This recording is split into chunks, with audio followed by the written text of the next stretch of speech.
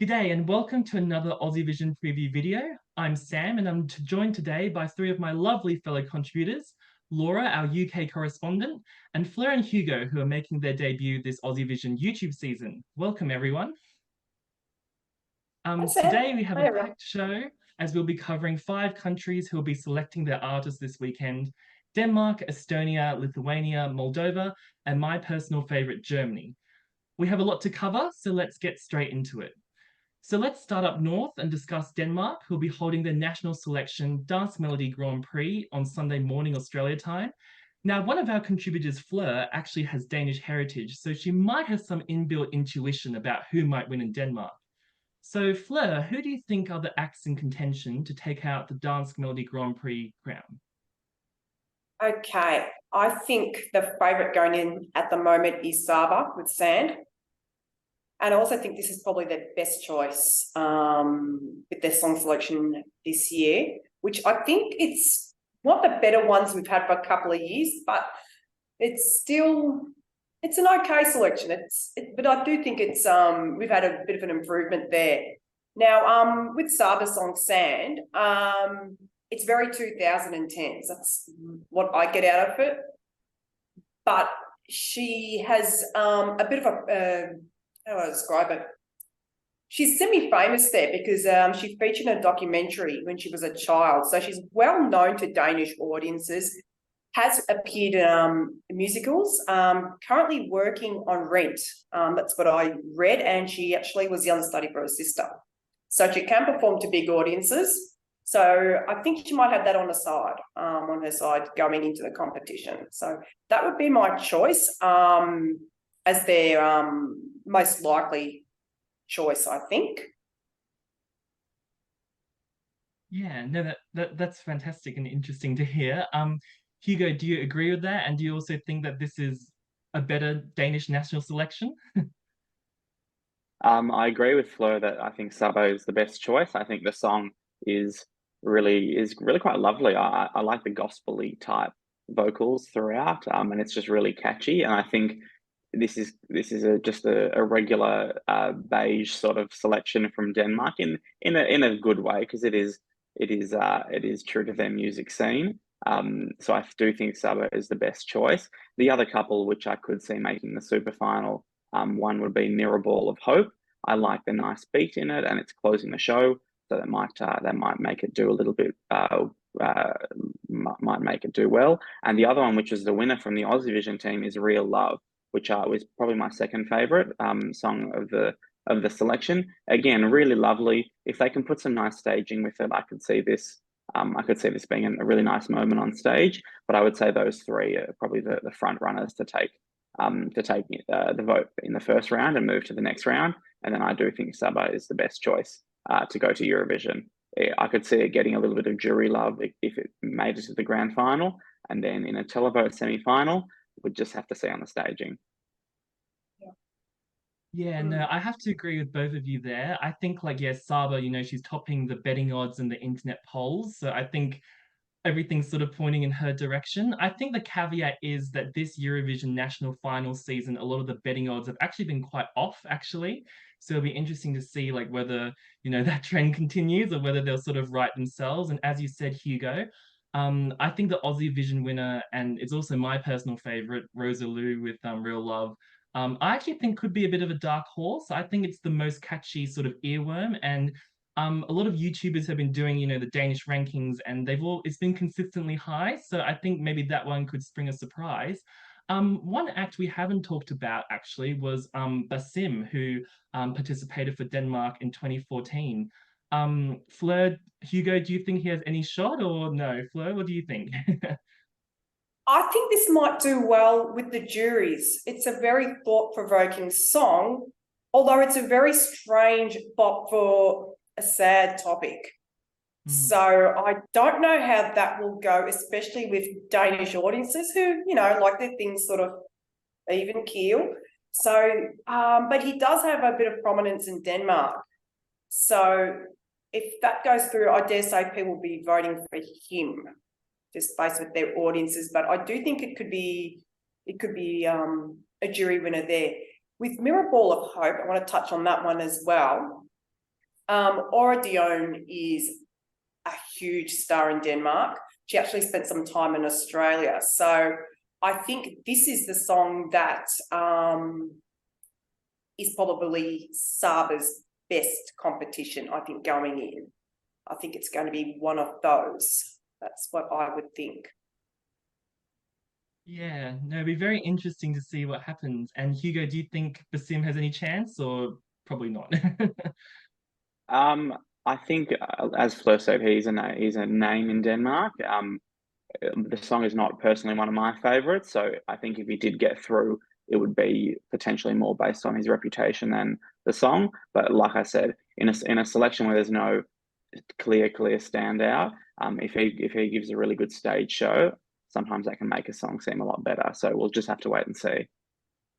Yeah, exactly. And before we wrap up Denmark, I get the sense you're both thinking Saba's the winner, but I want to ask you both quickly one word answer. Who is your personal favorite to win? One word. Hugo?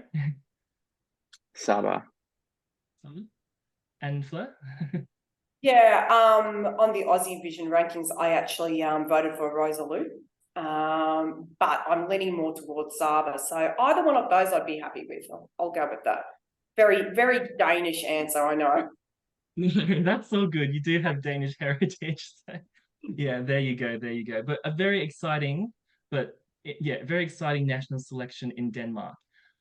So off to Estonia next, and we're very lucky to be joined in this video by someone who not only knows Estonia Eurovision so well, but actually attended SD Lau last year and will be doing so again this year.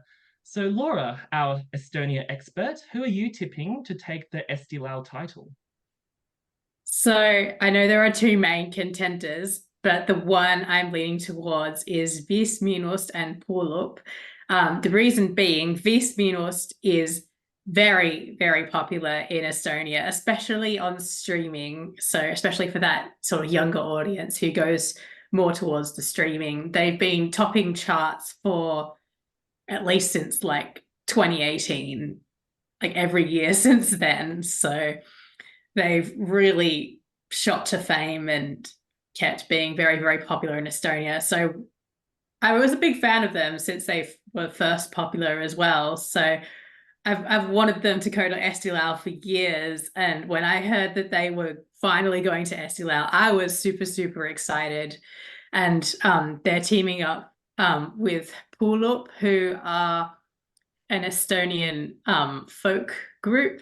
So they play the talharpa, which is a stringed instrument with a bow. And of course, in Love, Love, Peace, Peace, it's basically the rules of Eurovision. You've got to bring an ethnic instrument that nobody's ever heard of before. So that ticks that Eurovision box quite well. And they've come with a very televoter friendly song to hopefully take out Estilau. Yeah, well, sounds like you're a big fan, and I think the bookies are also big fans of the song. So yeah, we'll definitely see how it goes there. Hugo, any idea who the Estonians are going to send to Malmo?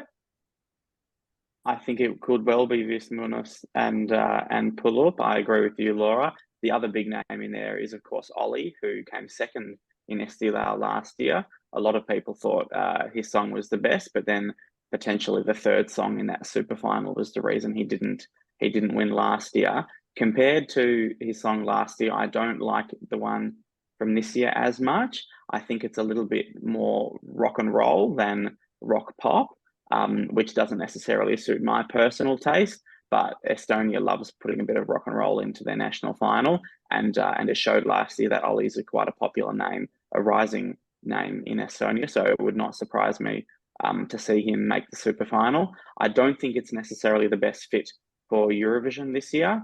I just think it's a little bit too screamy and rocky and not X Factory enough. But we'll have to see how he performs in the final.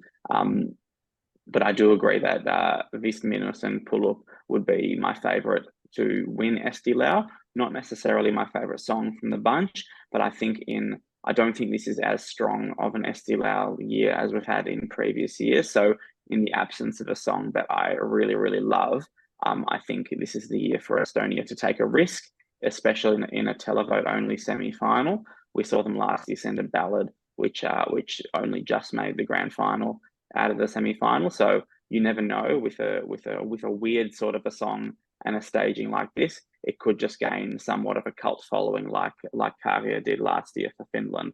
We'll just have to wait and see. But this would be my choice to send to Eurovision. There's some really good points there, Hugo. As we know, that Alika actually just barely scraped through the semi-final in televoting. So it'll be very interesting to see whether they decide to go through something more, bombastic and more attention grabbing and just crazy. So definitely be really interesting to see that. Fleur, is there anything you'd like to add to what's been said so far? I agree with both Laura and Hugo. I also preferred Ollie's song from last year, and I kind of wish he'd entered this year with Venom. Venom, thinking about it, would not have done well last year at Eurovision with the way the voting went. I don't think My Friend is the best song for Eurovision, as it is quite rocky, and that's not going to do well with Eurovision audiences, as we saw with Law of the Lost, because I think it's more that vein rather than a rock pop. These minutes and Pull Up, I think that could do really well. I think they're going to have to but sort out their staging. So I think that just looked messy. I liked the song, I didn't like the staging. The performance was there, but I just need something else going on to pique my interest a bit more. My favourite song, though, is the one by, let me see if I pronounce this correctly, Evert and the Two Dragons. That's probably my favourite. That staging from the semi looked phenomenal. I absolutely loved it. It almost looked like a video clip. I don't know how that will go at East Ilau in the finals, so I don't know. But I think it's probably these minutes and Pull Up. I think they've got this. Yeah, it'll definitely be interesting to see. Maybe throwing back to our Estonia expert, Laura, other than those two, the two front runners, anyone else, because there are 3 spots in the super final, so there's a 3rd spot, but is there anyone else in general you think can cause an upset perhaps, or is it just a lay down for Zare sort of thing? So there's a 3rd name that I can put in the super final, and there's also an outside pick. So I reckon it's between these two to get in the super final. Like Fleur said, Everton, the Two Dragons would be one of those 2 names. They have been quite active in Estonia for at least a decade. Very established name. They have sort of an almost 90s Britpop sounding entry with Hold Me Now. They qualified, of course, using the jury and the televote combination, but then again, so did Vis Minus and Pull Up, so did Ollie. So I think potentially that 3rd super final place will come from one of the jury automatic qualifiers, in that, yeah, it may not do as well with the televote necessarily, but someone has to come in 3rd place in the super final. And but I think they could do very well with the jury, and that's Daniel Levi with Over the Moon. It has that sort of early 2010s-ish Bruno Mars kind of sound about it.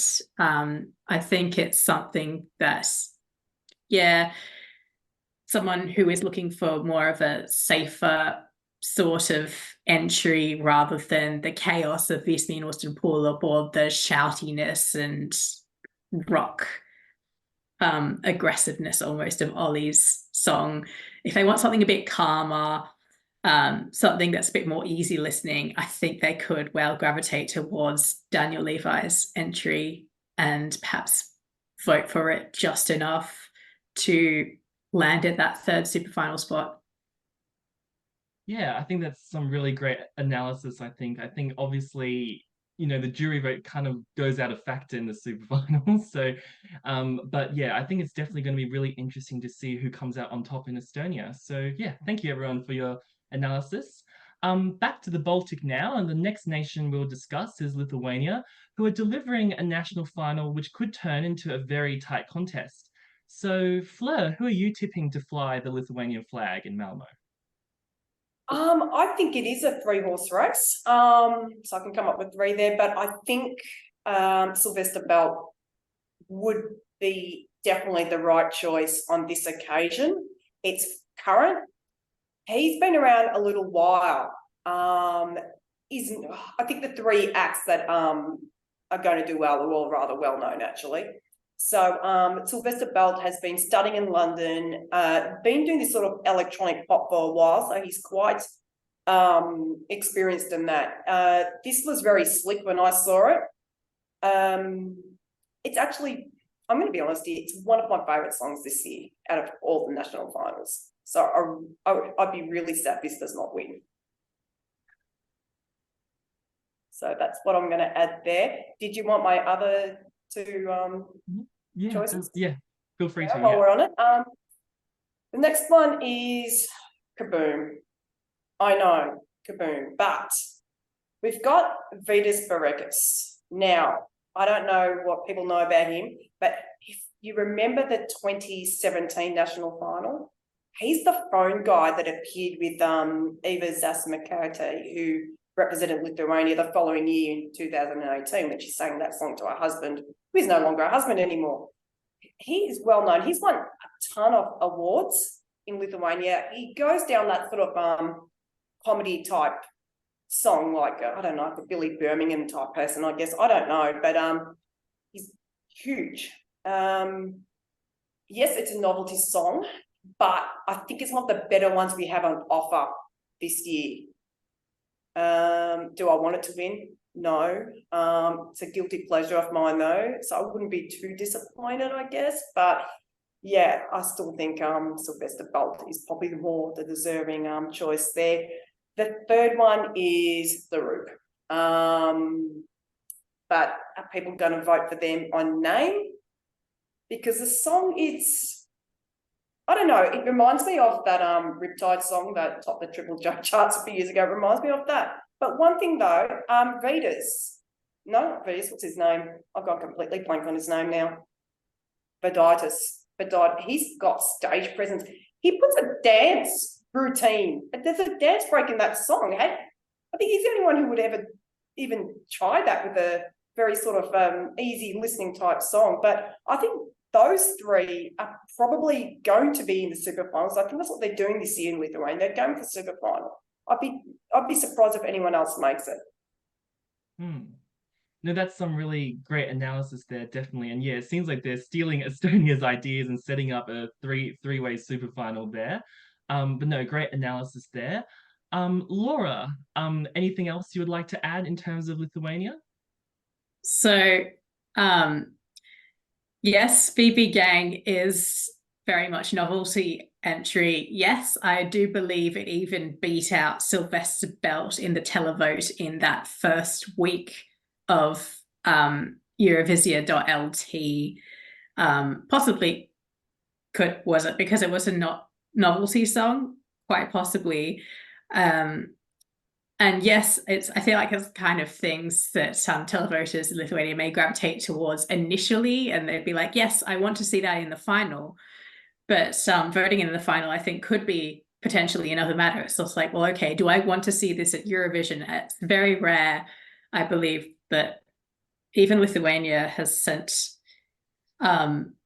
novelty songs. I don't think they've really tried it as much in recent years as, say, in perhaps the early 2010s with songs like Eastern European Funk, that sort of song. That being said, I do think it's between Sylvester Belt and The Roop.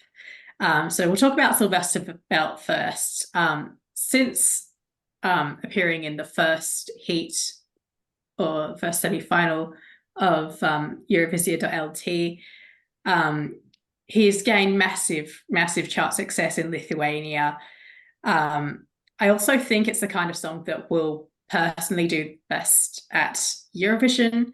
And yes, Kaboom might have beaten in the heat because it's a sort of televote bait that they love at first and want to see in the final, but maybe not at Eurovision itself, like I said before.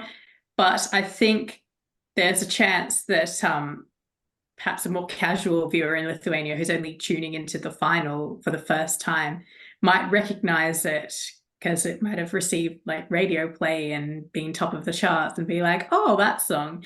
Yeah, that's a good song. I'll vote for it. But then we have the Rook. We can't rule out the Rook because it was the only song to top both the televote and the jury vote in the semi-finals. And yes, while it is a very accessible, radio-friendly song, in my opinion, it's the Rook's weakest effort yet in terms of songs that they're looking to send to Eurovision, and I don't think it'd do as well at the contest. Yeah, again, yeah, I think you definitely have a fair point. I personally feel like the Roop, it's not yet definitely their weakest entry, I think, in the national final. But so yeah, it'd be interesting to see whether it's them on name recognition, as you said, or whether maybe Sylvester Belt can sort of, edge them out. So very interesting to see in Lithuania. Now let's head east to Moldova, who have arranged a national final that has elicited some strong reactions amongst the Aussievision team. Hugo, who do you think is in the running to fly the Moldovan flag in Malmo? It's always interesting to see how the songs from the auditions translate to a bigger stage at the national final proper, and I think that will be the determining factor here. Fever by Catalina, I think, is a really good song. That's one of my favorites. It sounds like the Moldovan Dua Lipa. So I think that could do well. The song In the Middle by Natalia, I really like as well. And again, that's a song that really does need some staging and some backing vocals to make it into a full package. I like In the Middle as well. I think that could be good. And that's the one that came first in the audition. So that has something going for it already. And then the fourth one I think that's in contention is Anti-Princess, the song. That probably has the best vocal, at least in the first 2 minutes of from the audition process. And Valeria has quite an international look. I think that would suit Eurovision. So I think it's probably out of those four ones in contention for the win.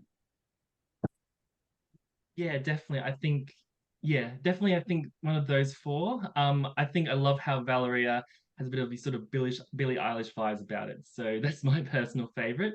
But Laura, who do you think is gonna be the best in Moldova?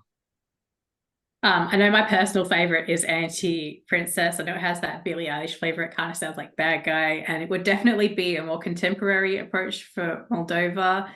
And if she can improve those vocals even in the last minute, it could be a definite contender. I think that Natalia Barbu is going to take it.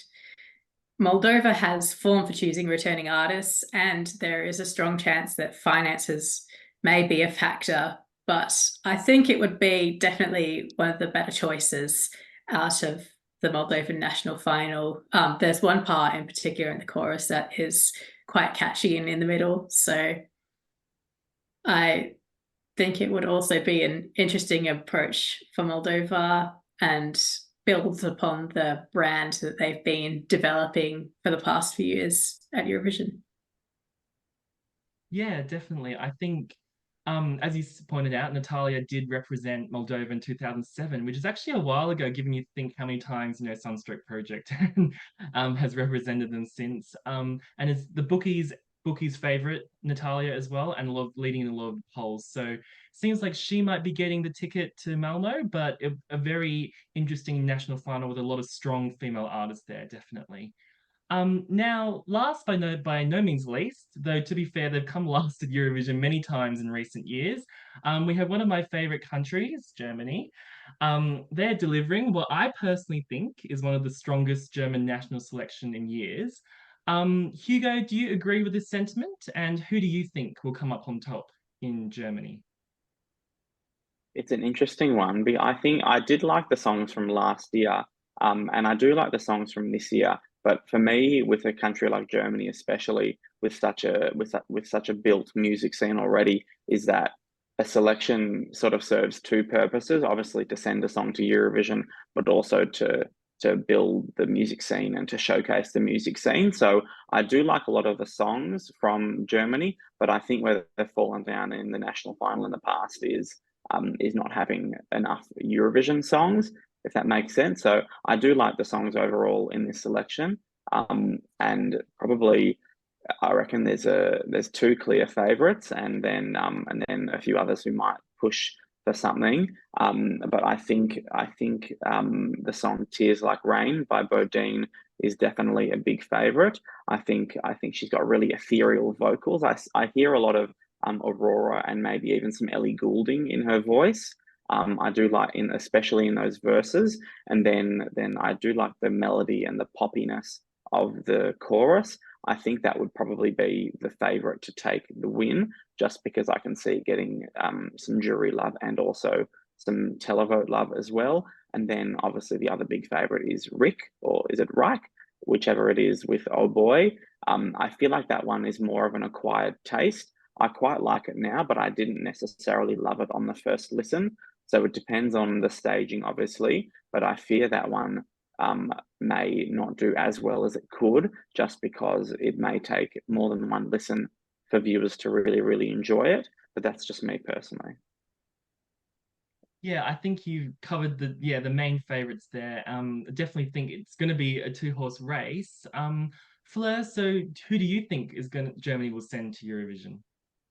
Okay, one thing about Germany and Denmark is that we haven't heard everybody sing yet.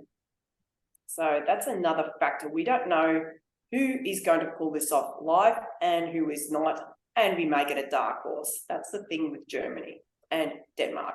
Funnily, both those nations, I have heritage. So I'm going to give a direct German answer and say I think Rick might come up trumps here, because that's going to have a lot of jury love. It can go the way of the televoters as well, because this song is very different to the other 8. The only ballads, I think that would set it apart from the others. He's got a beautiful voice. He actually tried out for Germany in 2018, lost out to Michael Schulter, came 3rd. So I know this guy can sing really well. Bodine's the other one. As Hugo said, that would be another favourite. She's come up through The Voice Kids, also rather well known in Germany. And the other name I'm going to throw in there is Marie Rhine. Her mum actually sang for Germany in 2001. Can't remember how well she did, or she did not do. I can't remember.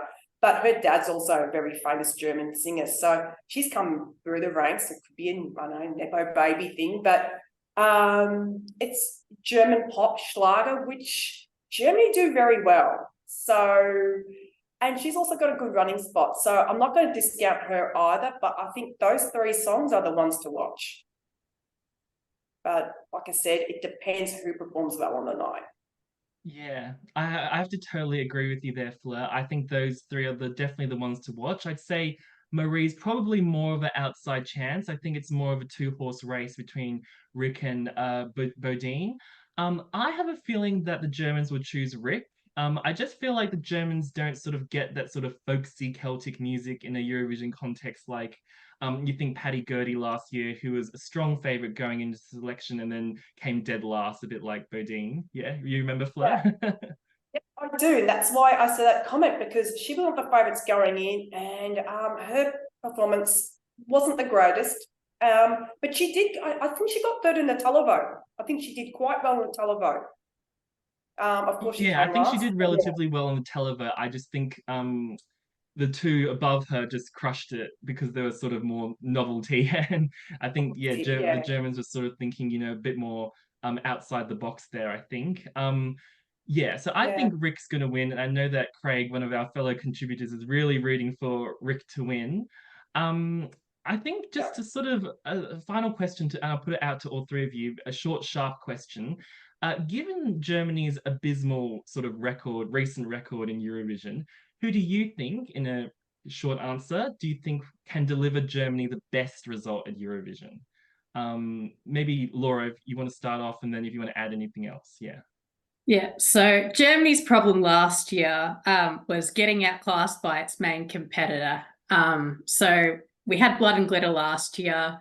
Maybe if we didn't send Promise by Voyager, they might have done a bit better, but unfortunately it was Germany last place. So they've got to send something that maybe won't get as outclassed by its main competitors.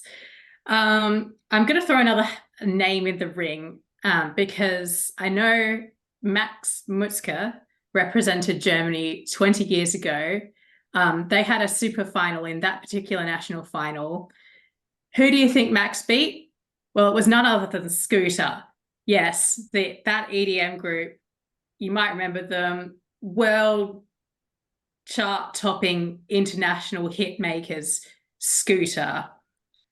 Max absolutely trounced them and the televote at the height of their fame. And he's been a very established name in Germany. So I can't ignore the power of a name like Max. But hopefully, I think that being said, I hope I'm wrong. I hope the Germans don't choose Max. I hope they choose Rick instead, because I think it's really, really jury friendly. And in this era of voting where most of the other countries that are not the big five, all the other countries that are not the big five have to compete for televotes just to get into the final. So they're competing with televote friendly songs to try and get to the final. I think they could make a real point of difference there by sending Rick and Oh Boy. It's a very jury friendly song. Yes, there's another male ballad in France's entry, Mon Amour, but I think it's a very different style that could still really, really get top marks with the juries. And even if it's the kind of song that might get like 2 televote points, think like Sheldon Riley, not the same. Sorry, Sheldon. Even if it gets 2 televote points, but a lot of jury points, it'll finish about mid-table. And that's a massive improvement for Germany, but hopefully it can pick up some televotes too. Yeah, I think that's some really great analysis there, Laura. We'll wait and see. And Fleur and Hugo, just to wrap up, so who do you think can give Germany the best result? One word answer. Who first? Me? I'll go Yeah. first. I have to agree with Laura there. Rick, what has been their best result recently? Michael Schulte in 2018 came fourth. I think Germany just stick with something along the same lines. We are very starved of ballads this year. Everyone seems to be going the novelty sort of dancey route. Let's go with ballads. You've got a great one, Germany. Go with it. And this, I think, will do very well. This is actually my favourite song of the selection so far. I prefer this one to Look Tell, but I don't think they can go wrong with this. I think they can saw the staging for the 2018 performance, and if he can do something like that. That's why I've got some better selection in songs. I'd like to throw that one in too. So that's my 2 cents there. Yeah, thank you. And Hugo, to round us off, who do you think can deliver the best result? I think Rick, it's easier to play to the jury than it is to the televote. So I think Rick is the best choice in the absence of a really good televote song. Yeah, I think, it looks like hopefully all of us will see Rick representing Germany. Great. Well, thanks everyone for today. A big thank you to my fellow contributors, Fleur, Laura, and Hugo, for joining me on today's preview episode. And thank you at home for watching. Stay tuned this weekend as we cover all 5 national finals, as well as heats in Sweden and Iceland. Until then, we'll see you later. Bye. Bye. Bye.